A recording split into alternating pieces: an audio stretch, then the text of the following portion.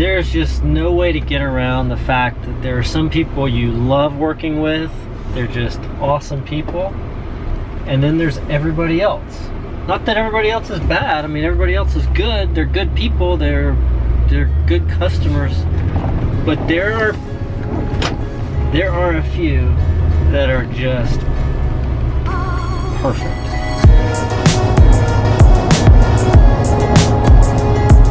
I often fantasize about having somebody who would just drive me around. I spend so much time in the car. If I could be like in the back seat, I get so much work done. There's the Lincoln Lawyer. That's who I want to be. I want to be Matthew McConaughey in the Lincoln Lawyer. Let's roll, Earl. Your car is fun, but why can't you get a real office? What's more fun, my office or your mom's? Yours? Boom. There are only and ever will be 3 types of people in the world. How's that for a generalization? The ideas are the easy part, and then it gets down to execution. How do you actually change people's behavior? How do you get the results you want? How do you coach people through it? And over again with clients, when we get to execution and we get to the coaching phase, I wind up using these 3 buckets that I kind of overly, broadly, generally categorize people into. And I don't think I stole this from anybody. This might be one of the few original ideas I've ever had. In my overly simplified version of the world, there are 3 different kinds of people. This goes from managers down to line employees, down to business owners. It kind of runs the gamut. The first group is what we call competent. These are people who are able to get the job done. They can do it. Doesn't mean they have a can-do attitude. It just means that they can do the work. They've got the intelligence, they've got the skill set, they've got the ability, whatever, but they're competent. The next group are what I call proficient. Not only can they do it, but they do it the way that it's supposed to be done almost all the time. And then this last group is the group that I consider to have expertise.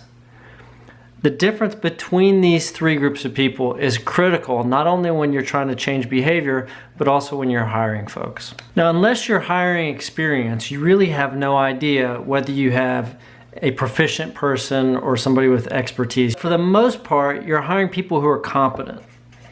So what you do is you set up the standards for the job, and you go out and you measure people against those standards, and they can either pass the test or not. So they pass the test, they get the job.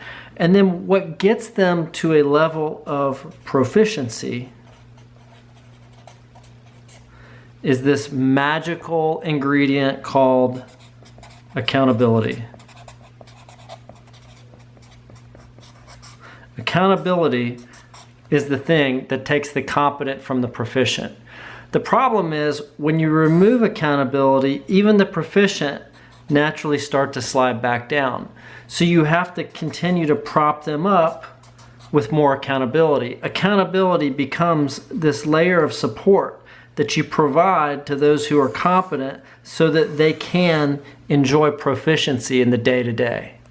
But what about expertise? What is it that makes these people rise to the occasion? Expertise are these people that we normally think of as A players. And the thing about A players is that it really doesn't matter, because the accountability is something that they have inside of them. It comes completely and utterly from their own desire to achieve. They're almost exclusively achievement-oriented people. I have no idea whether I spelled that right. An achievement is the thing that provides the bar for them. It's achievement that continues to raise that dotted line. And when they first come in, they might come in and this dotted line might represent competency. And then they're going to raise the bar themselves to proficiency. And then they're going to raise the bar again to expertise.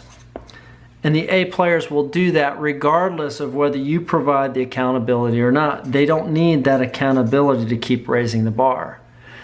And the other side of the coin is that no matter how much accountability you provide, accountability is not enough to get the proficient people up to expertise, because you can't provide it. It takes an extraordinary amount of effort to get somebody from proficiency to expertise, but that effort takes place not during work hours, it takes place in all the non-working hours. That's why these people drive themselves. That's why the experts become experts on their own time. As a business owner, the reason that's important is that you have to understand the absolutely critical role accountability provides for probably 70% of your workforce. 10 to 20% of your people are never going to rise above competency. It doesn't matter how much accountability you provide, they're just there to collect a paycheck. And about 70% are not just there for a paycheck. They actually do want to accomplish something. They do want to be part of a team. They do want to be part of a mission. But without that accountability, they're going to continue to slide back to competency and they'll never achieve proficiency. So accountability for them is a critical ingredient that they have to have for doing their job and being fulfilled and being happy.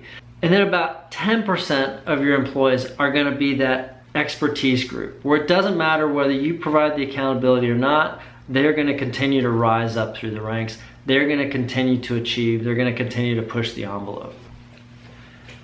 What's funny is that the expertise group, you don't often know them unless you're hiring somebody who's got a long track record of experience. If they're young, you don't know whether you're getting somebody, you're getting somebody who's competent, but you don't know whether they're going to be somebody who's just going to get to proficiency with accountability or whether they're going to achieve that top level of expertise. You don't know, but you'll quickly find out.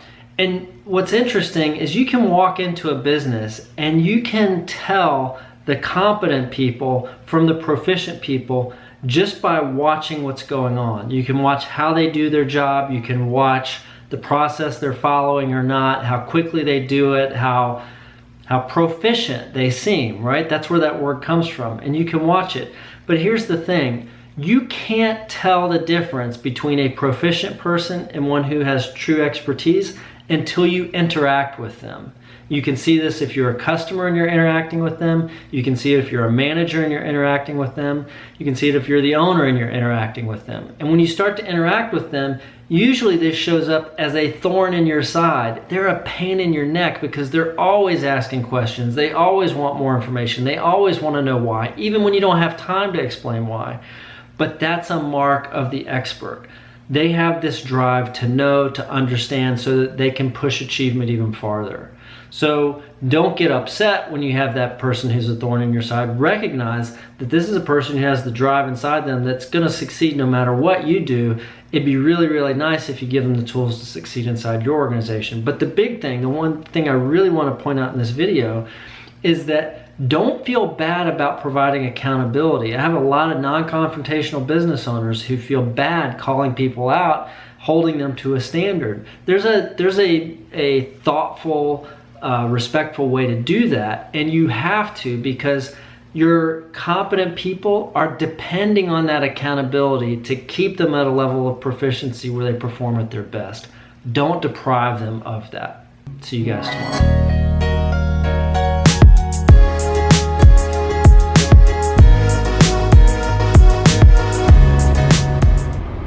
Got to get more sleep. Wow, that's better. There's a lot more light on my bald head.